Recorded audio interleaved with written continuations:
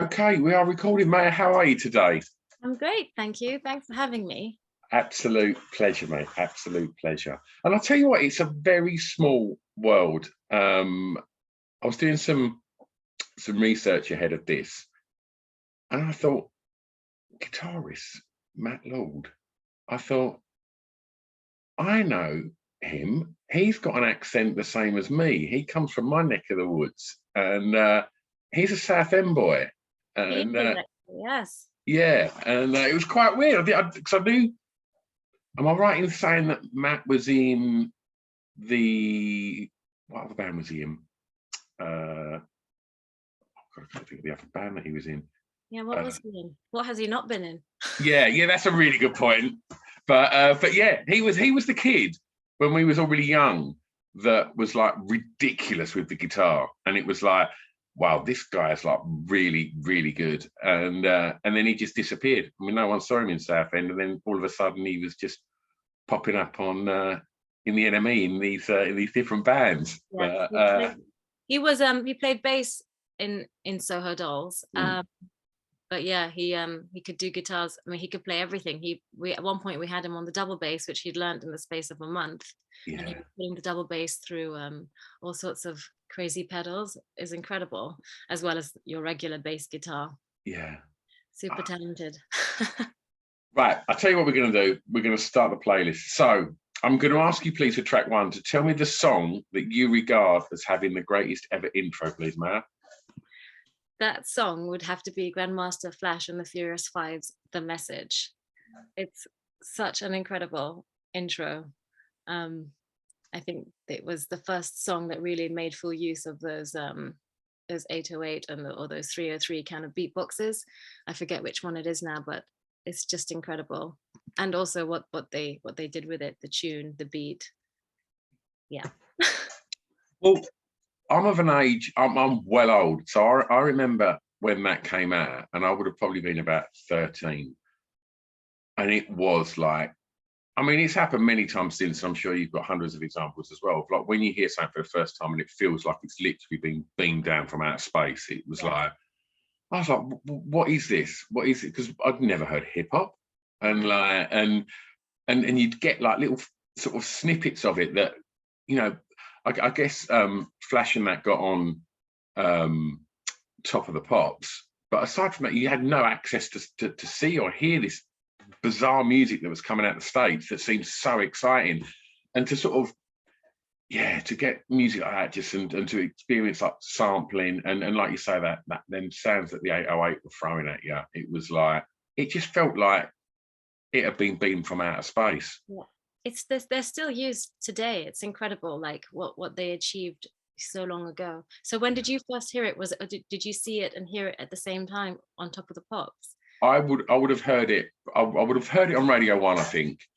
So I would sit there with my little cassette and take the charts on a Sunday night, and yeah, sort of, you know, hearing that message and anything like that. It was like, oh my God, what is this? And all I remember being exposed to was like literally Flash, Bambaataa, and I guess maybe like things like the Rocksteady Crew and things like that before, like, you know, the hip hop literally just took over the world. But oh, it was so exciting, so exciting. Have you seen the 808 documentary? I haven't actually. Oh, on Netflix? Prime, I think. I had no idea there was one. Thank you for that. Oh, mate, it'll blow your mind. It's absolutely amazing. It literally goes from, like, you know, the sort of the pioneers of, you know, of that early hip hop sound right the way through. And I think if it's not, is it on that documentary? Yes, I believe it is, right? And it's a bit of a spoiler alert, but there's so much amazing stuff, and it goes from Beastie Boys through to everything. But it talks about, and they've got Soul Wax on now, and they basically say that they'd heard about this 808 that Marvin Gaye used, and it was like, right, let's see if we can get it. And they find this sort of vintage 808, and they get it home and plug it in, and they're messing around with some of the presets, and all of a sudden, fucking Sexual Healing starts playing, and they're like, oh my God, it's like the original one with like Marvin Gaye's Sexual Healing, like on the 808, just Oh like my playing. goodness. It was just that was the one that it was programmed on. Yeah, That's amazing. it's honestly, if you like kind of nerdy stuff like that, Look, you it's will like, love that documentary. that's like a musical Picasso. That's incredible. It's And I met someone that did live sound for Marilyn Manson, and obviously quite, you know, a goth kind of industrial rock sound. But apparently when he was asked to do their tour, I think for like the third album, he decided to underpin all the kick drums with an 808 kick to be triggered, and apparently that made the crowd go crazy because it's got that sub kind of frequency that is just, I mean, it's still being used today. It's just still, it's something primal in it. I can't explain it, but that was quite a good bit of gossip. Nerdy gossip. That's great, because you see, like, it's really weird, because like with Marilyn Manson, you can trace that back, you know, all the way back to Front 242 and, you know, Nitzer Ebb and lots of them kind of pioneers of the industrial thing. And then to kind of, I mean, I know he's a bit of a strange character to talk about at the moment. He's had some weird shit thrown at him, hasn't he? Talking about the kick drum. Yeah, let's just talk about the kick drum. Sounds fucking great. Let's not talk about it. All right, well, look, I'm going to ask you for track 2, please, Matt, to tell me the first song that you remember hearing that had an emotional impact on you, please. Oh God, this is going to be hard to talk about. I'm so glad you're not playing the songs, because there might be a frog appearing in my throat. Okay, so it's that song Bright Eyes from Watership Down. And actually, when I got these questions through, I actually never knew who sang it. So it's apparently by Art Garfunkel, who I know is quite famous. I'm really bad at my music history, by the way. So yeah, that song, it just makes me cry so much. Well, it just, you know, that scene with the rabbit spirit.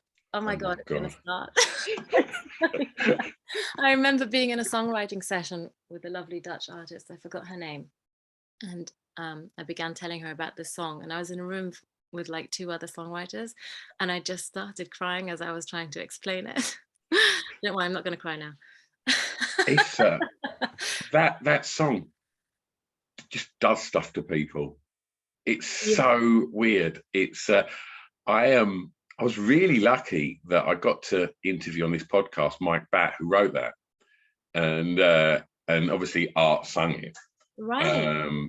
but Mike wrote it, and he was doing the podcast as you are now, but he was sitting in front of his piano and started playing Bright Eyes. I was like, mate, don't, I'll go. Like it's I just start seeing rabbits flying around. It's like I'm like trying really hard to so it's quite comforting to know that it's not just me. So it's you. God. And the thing is, he's I mean, Art Garfunkel's voice is obviously just stunning, and it's a beautiful record as well. It is. I can't actually listen to it though. It's just okay, let's just move on. So I want to ask about you a little bit then. So when you first would have heard that, where was you? Where was growing up? Yeah, so I grew up in the Middle East. I spent the first 10 years of my life there because my parents were working there, and my dad is Lebanese. But my mum is originally, she hails from Bradford, West Yorkshire. So we would spend summers at my granny's in Bradford. So I think rather neglectfully, the parents probably just whacked on that cartoon. Jesus. And it's essentially child cruelty, that. I was traumatized by it. So yeah, I definitely watched that in my granny's lounge, probably prematurely. I mean, it's pretty dark film from the outset, but massively. I think it caught a lot of people kind of off guard. They just thought, animation. Yep. How was that, you know, at an age, and how did you find the differences between what you was experiencing most of the time of the year in Lebanon to then going to Bradford? How was that?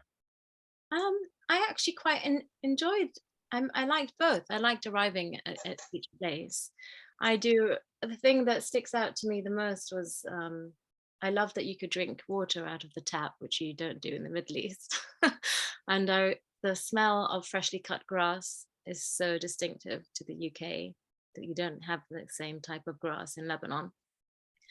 Let's not go into that. Sorry. Don't partake in any of that anyway. But yeah, I just remember like we would go to local parks and there'd be ponds with fish in them.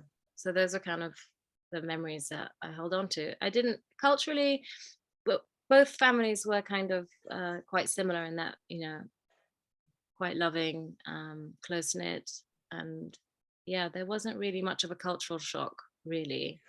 Um, yeah, that's tricky. I mean, I think later on, when as I became a teenager, then I could notice the differences. But yeah, Was growing up, was there music on at home? Was it a musical household?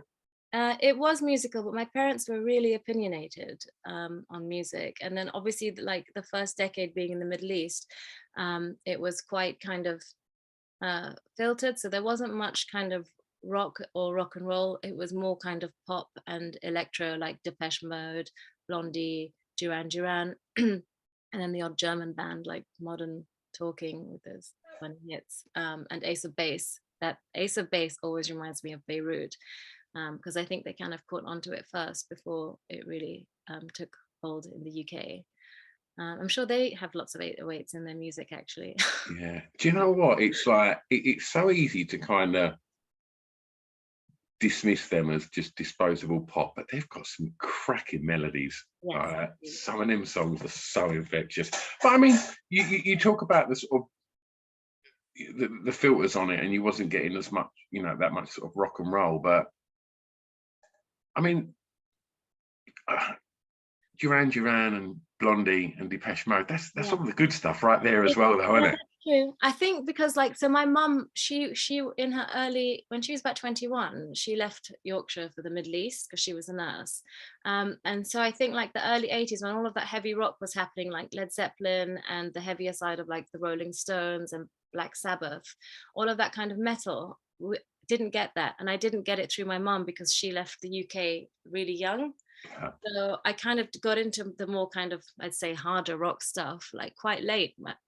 You know, so for me, it started with Smashing Pumpkins, Siamese Dream, and Nirvana, Nevermind, and then I worked my way backwards. So I'd missed like the Stone Roses, and I had missed, you know, Led Zeppelin. And I remember when I discovered like Led Zeppelin, I was asking my mom like, "What the hell? How could you not have told me about this band?" She's like, and then you know, she said quite honestly, she had already left the UK Yeah. to work abroad. So she kind of left. She had I got like the 60s and kind of early 70s stuff from her, but then there's like this big block Yeah. on what actually happened. So I think with the Middle East, Lebanon is quite liberal. It's a democracy, but you're still in the Middle East, and there's still a strange association with heavy metal. Is considered a bit like maybe satanic. I, Really? I mean, I've never heard people say it, but you know, I think, you know, considering where it is geographically, for some reason, it's associated a bit with that. Yeah. So yeah, electro, electro reigns. I mean, I was like, even now when you go back to Lebanon, they are still playing Soft Cell's Tainted Love. Yeah. Um, they just love electronic music Yeah. there. But I mean, it's completely changing now. But Yeah. obviously, I've not lived there, so I can't really speak on their behalf. I've not lived there like as an adult. Yeah. But and I also love that Soft Cell. Oh yeah, well that comes up later on, doesn't it?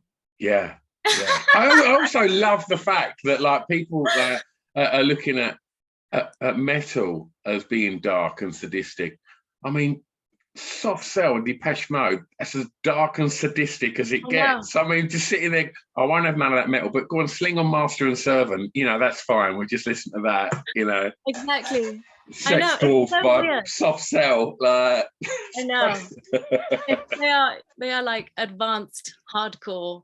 Uh, you know, it is really strange. I mean, I found it quite surprising when I think I only like in the last like 10 years I began to read earlier, like, you know, someone lost their shit because the band that was booked for for the evening in this venue in you know, rural Lebanon was a metal band, and people just associated it with the devil. I don't know where it comes from. Maybe that's another, another podcast. But yeah, for me, like metal, it's like literally from there's economic history there. It's about yeah, the metal workers in the Midlands, right? yeah, Sound of metal. Absolutely. Absolutely.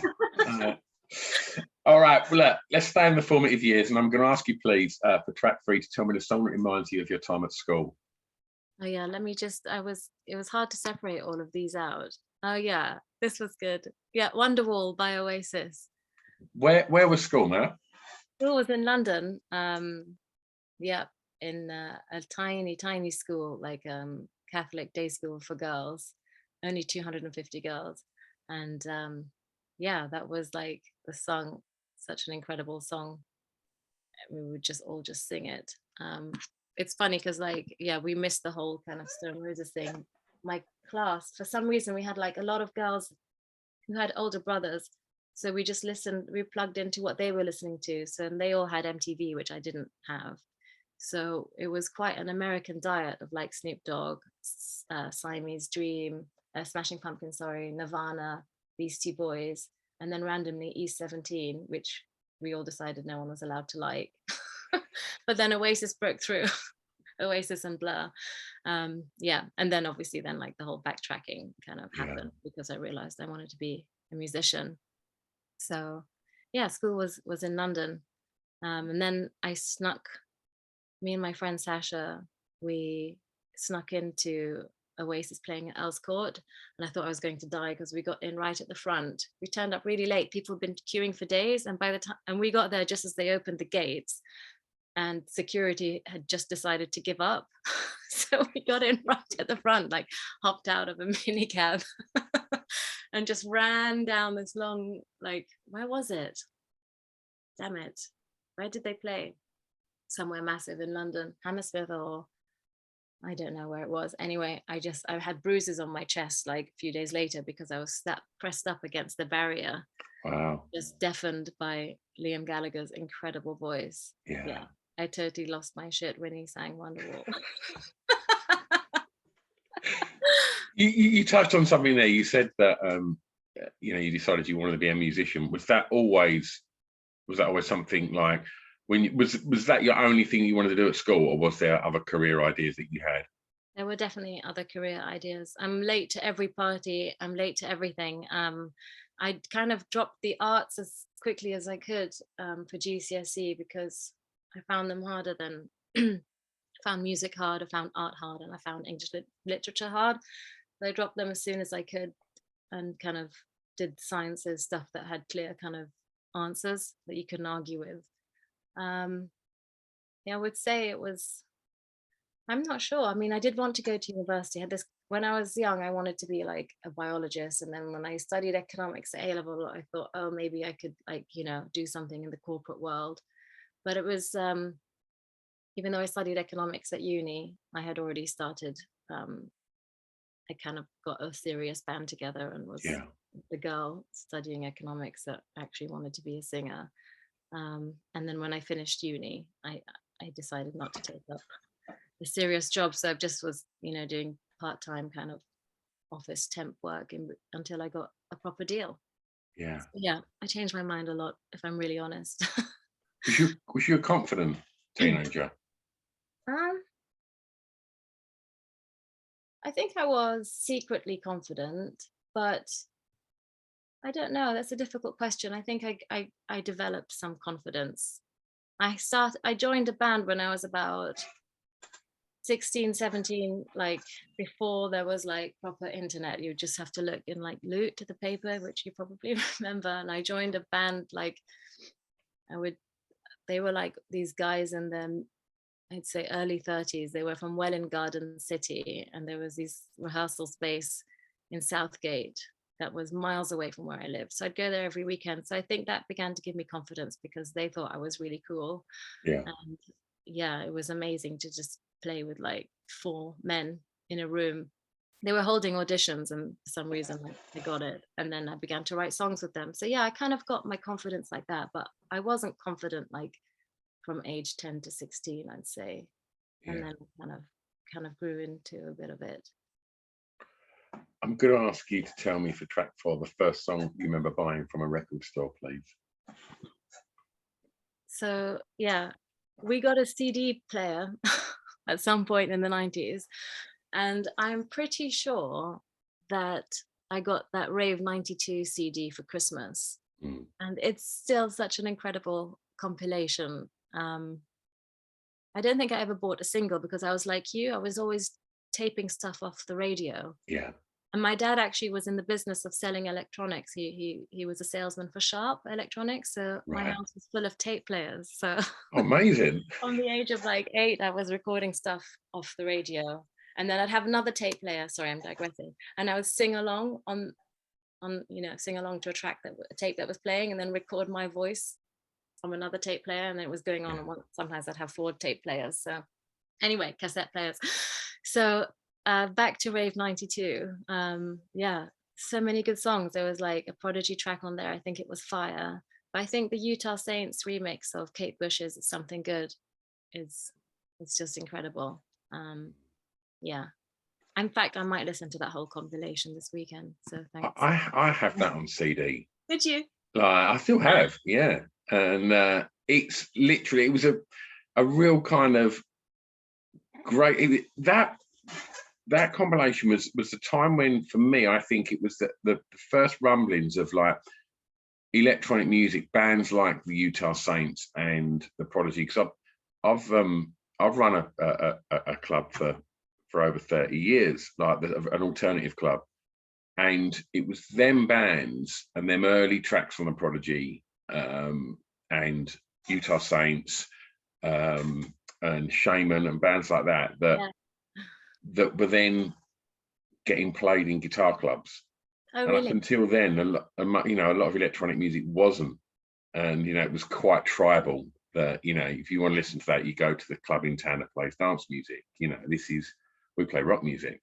And I think that was the sweet spot of where it started to cross over, I think. Wow. And, do you know what I'm saying? Because I think it's so interesting to me because obviously I didn't know that there were separate clubs for that, but it's fascinating to hear that. I mean, also not surprised because I think Prodigy is quite a punk band. I think they're quite Sex Pistols-y in many ways. Hugely. And I think, but the early stuff, we wasn't seeing Keith Flint as Keith Flint that we got to know as this, incredible frontman. Yeah. What we were seeing was Liam Howlett behind his synth with 3 guys just alternating, doing some dancing. Oh, shout out to Alternate as well. I think they were on there. Oh, they were. But then what we saw was these bands getting taken more seriously. And not being these kind of disposable dance acts, which there was quite a lot of those as well in that period. But the cream rises to the top, and then you see bands like the Prodigy then go from playing raves in 1991 in Fields to headlining like Donington, and they took the rave to the rock, and they paved the way. And you see Chemical Brothers headlining huge, historically guitar festivals, and now being headlined by Orbital and the Prodigy and the Chemical Brothers. It's an underworld. It was like, and it all kind of, I think that the real rumblings of that scene becoming like moving over and it all kind of fusing together, which was an amazing time, was definitely there, and they're all on that compilation.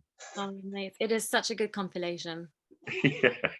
I get really excited about scenes like that. I get like, it really kind of inspires me up when I just So can you give me the name, like were there any clubs in London? Which clubs would have been like the clubs that played Shaman and Prodigy and Utah Saints? Like, so my club's in Essex. My club's called the Pink Toothbrush, and so that's my little place. So we was doing that out in Essex, but our club used to be called Croc. So our club was the big New Romantic club outside of London. So Depeche Mode were our resident band, and Culture Club, like Roy was from Essex. They played their first show at my club, and so that was what was. But I think around that sort of early 90s in London, I would say we used to go to this venue called the Gas Club off of Leicester Square, and there used to be a night there called Automatic, and the warm-up DJ was this lad called Errol Olken that no one had heard of, and he was just the warm-up guy playing Suede records and stuff like that.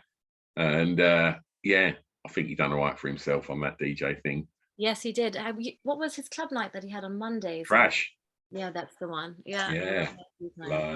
And again, I mean, look at what Errol was doing there in regards to fusing electronic music with indie music. You know, that it was a foreigner. That was the sweet spot of all of these bands that were getting, you know, these Kitsune remixes or these Ed Banger remixes, and you know, that was that sort of fusing of scenes there as well. I'd had no idea that Errol Alkan went that far back. Yeah, that would have been 91. Wow. That we'd go and watch him, and he was the warm-up guy. Yeah. Okay. He probably wouldn't want you to think he's that old. Me neither. About me, obviously. Right, so we've been speaking about clubs. So tell me about the song that soundtracked your years clubbing. Okay, so I was never a clubber.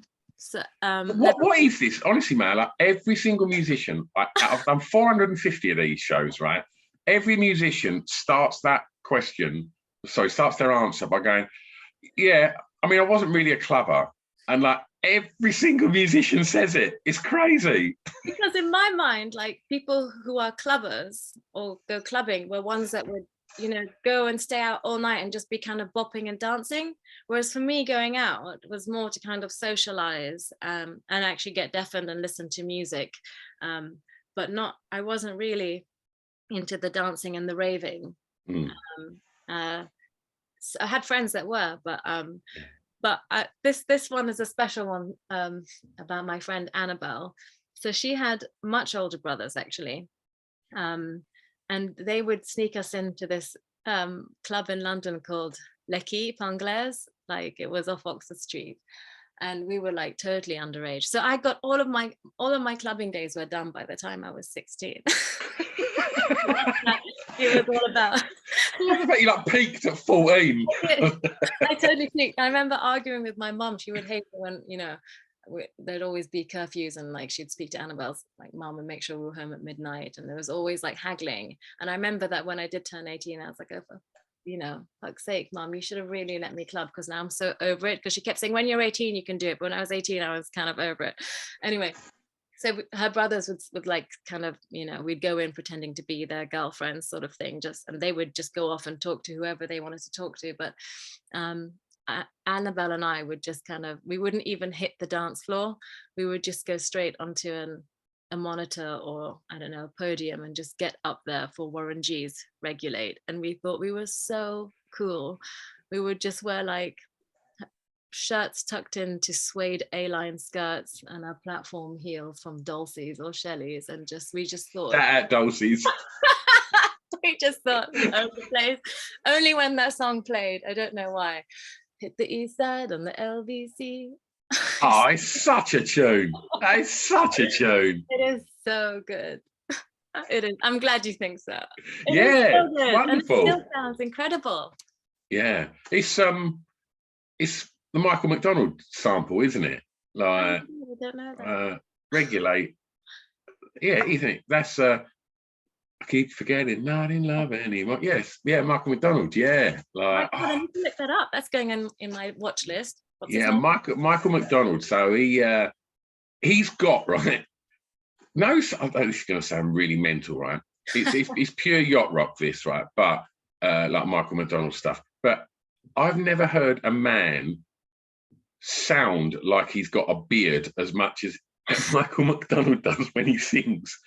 Honestly, when you hear it, you'll get it. He just sounds like he's got an amazing beard, but he sounds like he's got a beard. He sounds like he's literally singing from a beard. It makes no sense to most people, but if you listen to Michael McDonald, I think my point is made. Okay. But he's got loads of good songs, Michael McDonald. He was in a band called the Doobie Brothers as well. Yeah, if you have a little Spotify nose at Michael McDonald, you'll recognise loads of songs. I'm sure I will. I do recognise stuff. I just don't bother to remember names and you know. Yeah.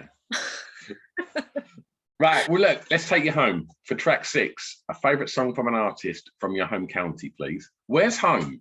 Okay, so this was quite hard. So I've moved to Gloucestershire. Lovely. Having spent most of my life in London, and I couldn't find anyone from here. I found FKA Twigs, who I really, really like. Oh, amazing. She's apparently from Cheltenham. Really? Yeah. Yes. So I'm friends with a girl here that went to the dance school that she went to. And they were the top, Wow. like, yeah. So she's a dancer, but as well as a singer. So Yeah. she was doing. I think she went to like one of the top dance schools around here. And I do really like her stuff, but and then obviously London is just sounds a bit too kind of wide and stuck up. And then I was being really irritated that Depeche Mode were not from West London. Oh, we've got them. We've got them. They're Essex. You're not having them. But then I remembered that someone told me once that Soft Cell's from Bradford, so I actually looked it up, but they're not. But they did form in West Yorkshire at Leeds Polytechnic. But my whole life, most of my life, I thought, well, no, maybe half. I honestly thought Mark Almond was a Bradfordian. So yeah, them. Oh, what song are you going for? Obviously, Tainted Love. It's still Oh, one of the, I mean, it's just incredible. And even it when I is. discovered that that also was a cover, the original performance is great still. Yeah, But the Soft Cell version, it's just they kind of that. I think that was like probably another track that probably sounded like it was from outer space when it came. 100%. So fresh.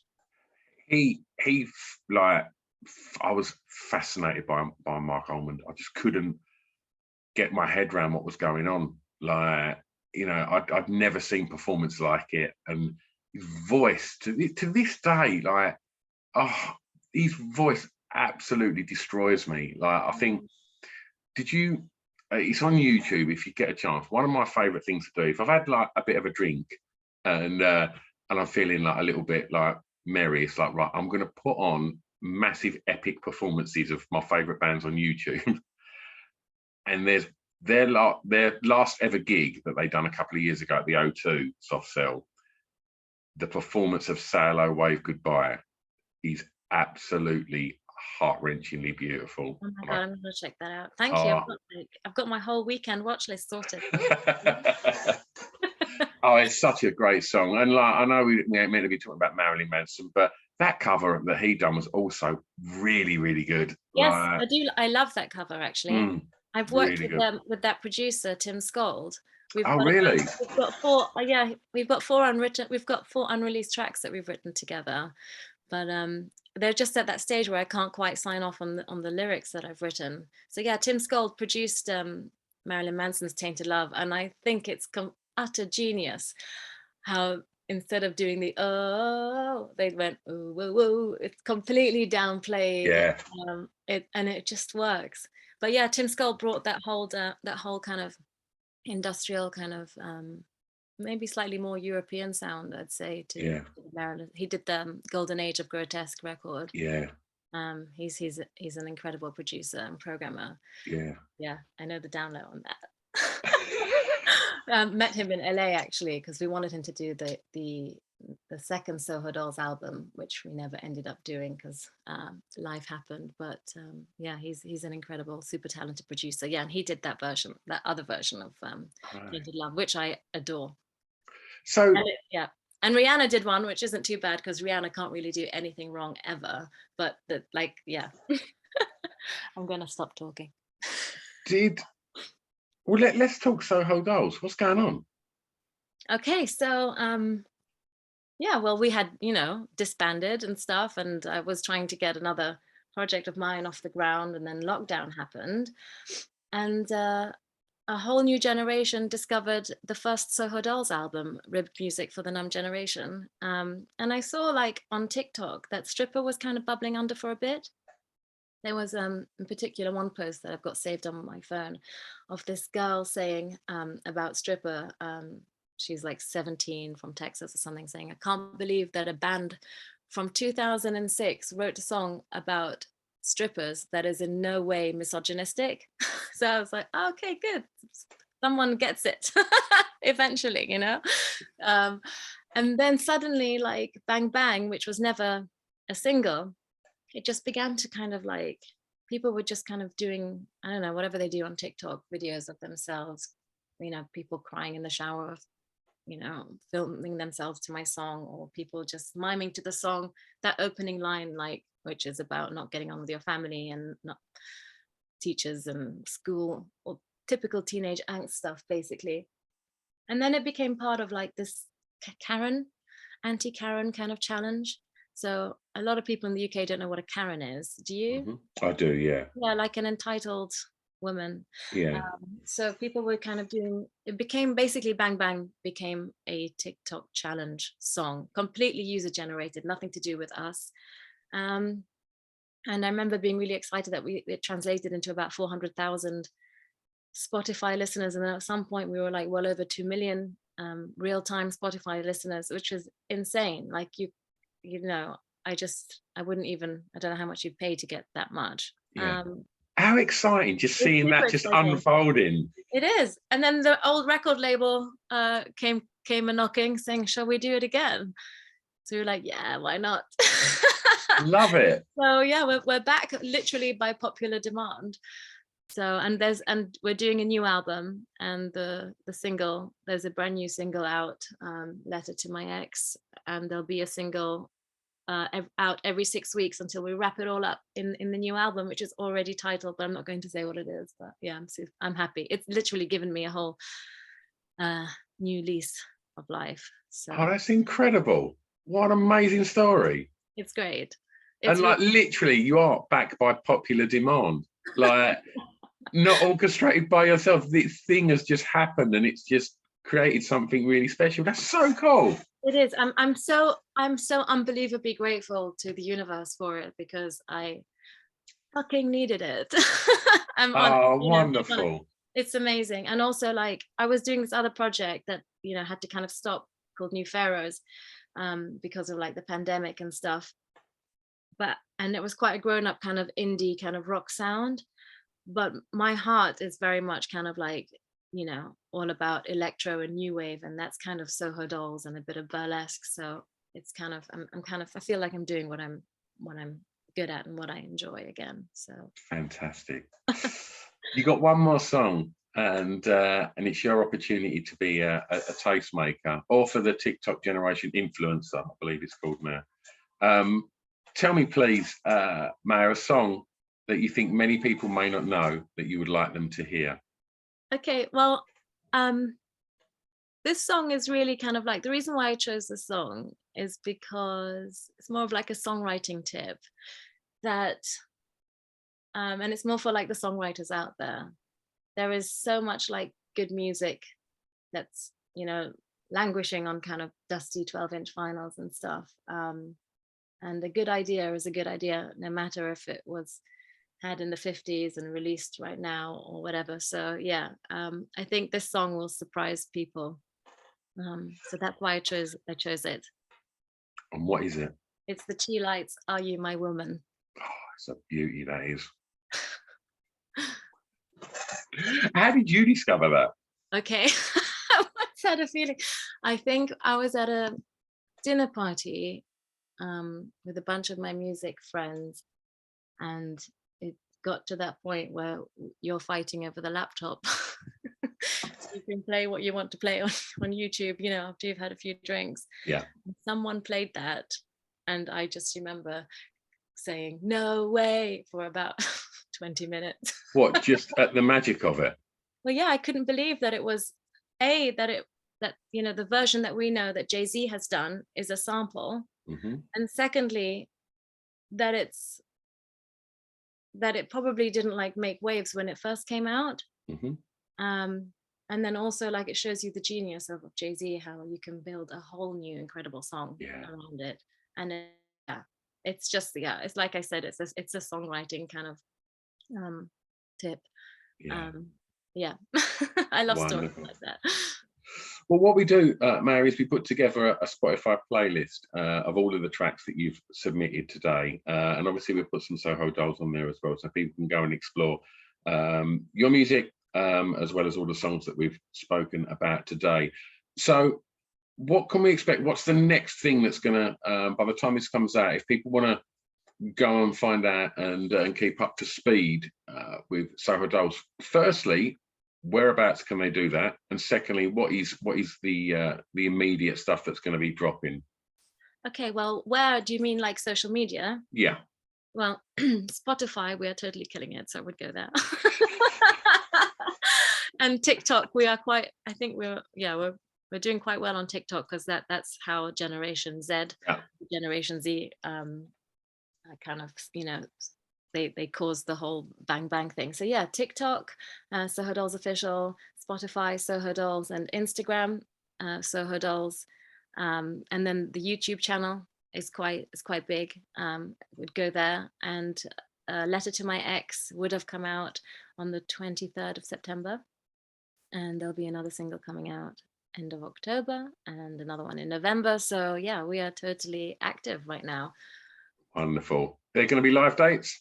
I hope so. So Matt's based in the States now. Right. I Okay. took London for him at, in the video. So yeah, we need to be able to afford his plane ticket. But no, yeah, absolutely. We want to do live shows, and I got back in touch with my awesome agent, live agent, I mean. So yeah. Wonderful, wonderful. Mary, it's been lovely talking records with you. Well, thank you. I was so nervous. I'm so really nervous.